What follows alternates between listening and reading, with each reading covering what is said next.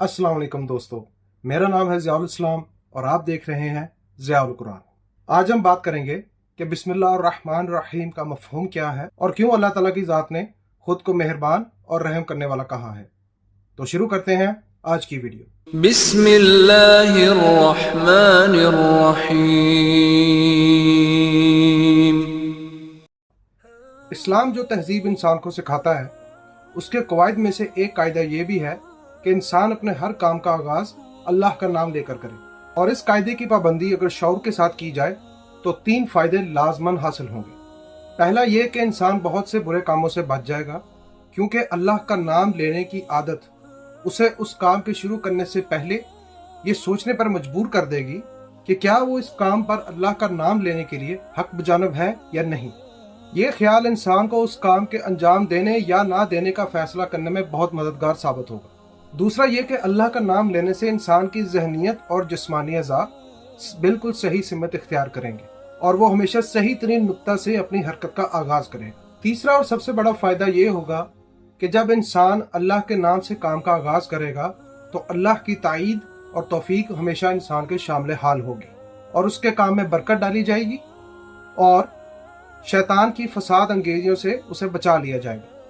अल्लाह का तरीका यही है कि जब इंसान उसकी तरफ तवज्जो करता है तो अल्लाह ताला भी अपनी तवज्जो इंसान की तरफ फरमाता है और अपनी रहमतें उस पर नाजिल करता है। अब बात करते हैं अल्लाह के बहुत ही प्यारे नाम रहमान और रहीम की। बज़ाहिर इन दोनों नामों के मतलब एक ही हैं, लेकिन इन दोनों में बहुत बड़ा फर्क है, मेहरबान और रहम करने वाला। और इस फर्क को समझने के लिए हम में से बहुत से मुसलमान इस सोच से आरी हैं। इस फर्क को मैं आपके सामने आज 2 तरीकों से वाज़ेह करना चाहूँगा। पहला यह कि इंसान का खासा ये है कि जब भी वो किसी चीज को बहुत ज्यादा महसूस करता है तो वो मुबालगा के सीगों में उसको बयान करता है। जब एक मुबालगा का लफ्ज बोलकर उस चीज की तारीफ में जो फरावानी है उसमें जब वो फर्क महसूस करता है तो वो उसी मतलब का एक और लफ्ज साथ जोड़कर बोलता है, जिससे उस चीज की तारीफ का हक भी अदा हो जाता है और इंसान को ज़हनी और दिली तस्कीन भी फराहम हो जाती है। मिसाल के तौर पर जब आप किसी खूबसूरत इंसान को देखते हैं तो उसकी तारीफ के लिए आप लफ्ज गोरे के साथ साथ चिट्टे का भी इस्तेमाल करते हैं। यहाँ भी दोनों अल्फाज का मतलब एक ही है, लेकिन तारीफ का जो हक आप अदा करना चाहते हैं उसके लिए मुबालगा लफ्ज चिट्टा जरूर इस्तेमाल करेंगे। और इस तरह आप उस इंसान को सिर्फ गोरा नहीं कहेंगे बल्कि गोरा चिट्टा कहेंगे। बिल्कुल यही नुक्ता अल्लाह के नामों में भी पोशीदा है। बेशक वो जात बहुत मेहरबान और रहम करने वाली है, लेकिन यहाँ सिर्फ मेहरबान कहना काफी नहीं होगा। उस जात अक़दस की तारीफ में कोई कसर बाकी ना रह जाए, इसलिए रहम करने वाला भी साथ ही बोला जाता है। और ये अल्लाह की सिफ़ात में से एक सिफ़त है, मतलब रहम करना ये अल्लाह की सिफ़त है। तो जो ज़ात इतनी बड़ी सिफ़त की मालिक है उसकी तारीफ बयान करने में शायद ही हमारे पास अल्फाज कम पड़ जाएं, लेकिन अल्लाह ताला की ज़ात ने उस कमी को खुद ही पूरा कर दिया है। यहाँ एक और बात आपके इल्म में लाता चलूँ कि पूरे कुरान पाक में लफ्ज़ रहमान 57 बार इस्तेमाल हुआ है और लफ्ज़ रहीम 114 बार, और इसकी हिकमत हम आगे चलकर डिस्कस करेंगे। अब बात करते हैं दूसरे फ़र्क की। अल्लाह ताला के रहमान और रहीम होने में जोश भी ज़्यादा है और तसलसल भी उतना ही है। मेहरबान होना ये अल्लाह का जोश है, जैसे कि एक ठाठे मारता हुआ समंदर, और रहीम होना ये उसका तसलसल है, जैसे कि एक बहता हुआ दरिया जो एक ही सीक्वेंस के साथ लगातार बहता रहता है और उसके तसलसल में कभी उतार चढ़ाव नहीं आता। इस बात को आप इस मिसाल से समझ लें। फर्ज करें एक बस का एक्सीडेंट हो गया है और उसमें एक औरत की मौत हो गई और उसका एक शीर ख्वार बच्चा उस औरत के सीने से लगकर रो रहा है।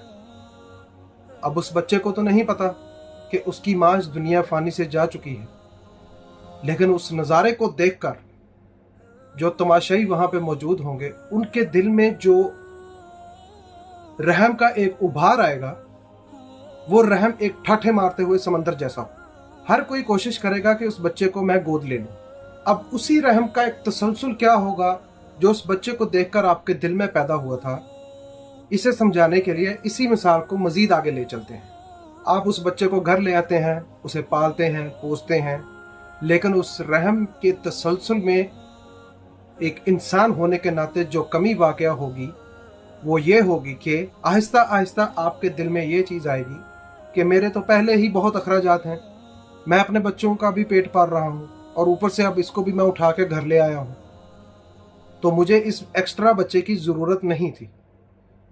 यहीं पे आकर आपका जो रहम का तसलसल है वो टूट जाएगा और उस बच्चे को आप अपने ऊपर बोझ महसूस करने लगेंगे, क्योंकि जो लगाव आपको अपने बच्चों के साथ होगा वो उस बच्चे के साथ नहीं हो सकता, और यहीं से आपका रहम करने का तसलसल टूट जाएगा। लेकिन अल्लाह का ये मामला नहीं है, उसके रहम करने का तसलसल कभी नहीं टूटता, और यही उसके रहीम होने की दलील है।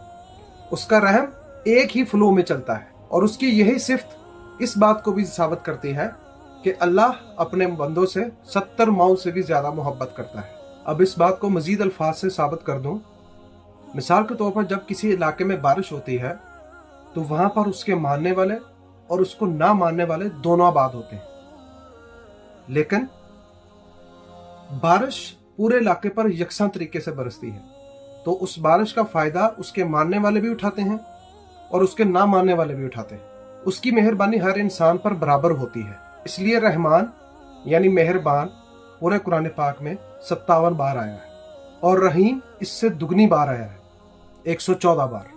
मतलब यह हुआ कि उसकी मेहरबानी हर मुस्लिम और काफिर पर इस दुनिया में यकसा रहेगी, और वो सबको रिज़्क़ पहुंचाएगा और सबको अपनी रहमतों से मुस्तफीद भी करेगा।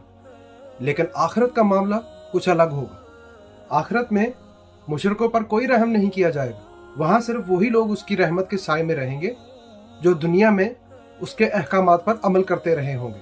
तो रहीम होने का यहाँ ये मतलब भी वाज़े हो जाता है कि अल्लाह की रहमत अपने मानने वाले बंदों पर दुनिया और आखिरत दोनों में बरसेगी। इसलिए रहीम का लफ्ज़ कुरान पाक में 114 बार आया है। यहीं से साबित होता है कि उसकी रहमत का तसलसल ना दुनिया में टूटता है और ना ही आखिरत में टूटेगा, और उसकी डबल रहमत की ज़रूरत हमें सबसे ज़्यादा आखिरत में ही होगी, और आखिरत ही वही वक्त होगा जब मुशरिकीन उसकी रहमत से महरूम रह जाएंगे और मोमिन उस वक्त भी उसकी रहमतों से मुस्तफीद हो रहे होंगे। मैं उम्मीद करता हूँ कि इस वीडियो से आपको बहुत कुछ नया जानने को मिला होगा। अल्लाह ताला हमें समझने और नेक अमल करने की तौफीक अता फरमाए। अपना बहुत सा ख्याल रखिएगा। मिलते हैं ऐसी ही अगली शानदार वीडियो में। वाखिर दावत अल्हम्दुलिल्लाहि रब्बिल आलमीन। अल्लाह हाफिज़।